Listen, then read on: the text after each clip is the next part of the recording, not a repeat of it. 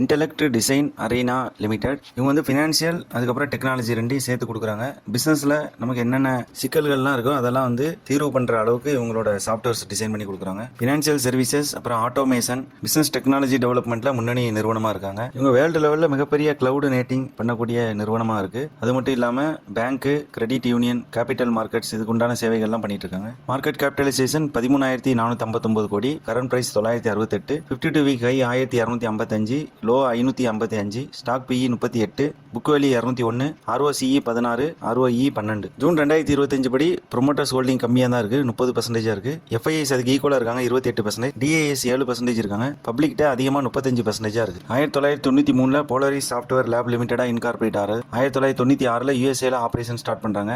1998 UKல own subsidiary கம்பெனியை start பண்ணுறாங்க. 2023 image AI அப்படின்னு ஒரு பிளாட்ஃபார்மை டெவலப் பண்ணி ரிலீஸ் பண்ணியிருக்காங்க.